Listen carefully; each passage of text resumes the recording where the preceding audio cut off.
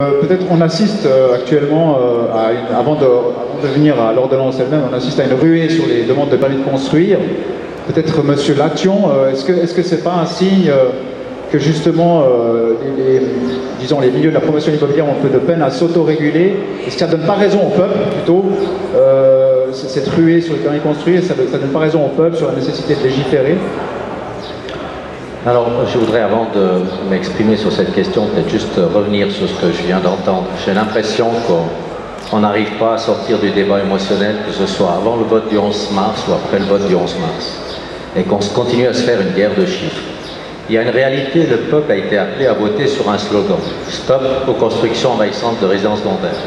Et aujourd'hui, il faut essayer de traduire ce slogan en une ordonnance. Or, ce slogan repose sur aucune réalité économique.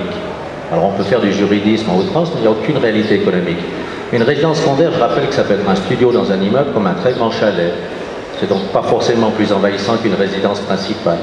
Je rappelle que lorsqu'on parle d'une ville ou qu'on parle d'une destination, on parle d'un endroit où on vient habiter, puis d'un endroit où on vient en vacances. Et on aurait le droit au même pourcentage de résidences secondaires, ce qui est une aberration.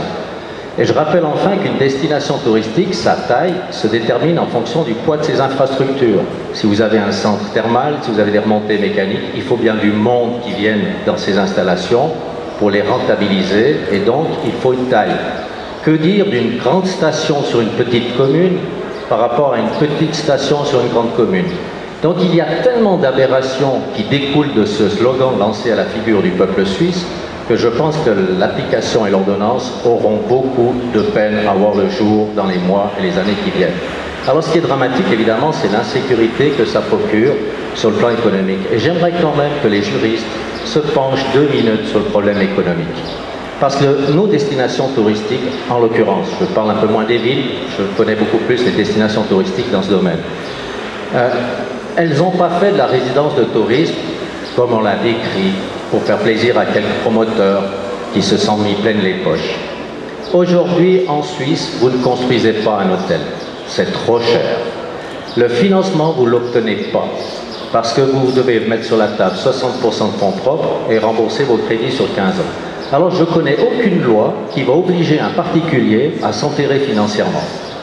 Donc, si on ne trouve pas le moyen d'accompagner le fait de financer l'hôtellerie et de réduire les coûts d'hôtellerie, on n'aura pas d'hôtel.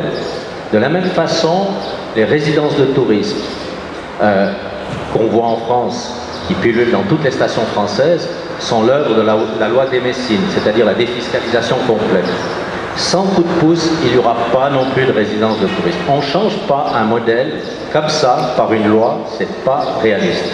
Aujourd'hui, celui qui veut amener des lits, construire des lits dans une destination touristique en Suisse, n'a pas d'autre choix que de lancer un programme, prévendre et avoir une banque qui finance l'acquéreur et pas le promoteur. C'est le modèle qui est connu. Alors, bien sûr, ce n'est pas un modèle qui est excellent.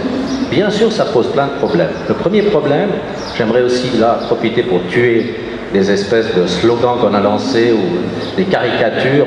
Lit propriétaire égale lit froid. C'est complètement faux. Le lit propriétaire représente le chiffre d'affaires de sécurité d'une destination. Parce que le propriétaire, il vient. Évidemment que s'il achetait sa résidence secondaire pour venir skier, il ne vient pas en été. Mais Saint-Trope, il n'y a pas beaucoup de monde l'hiver non plus.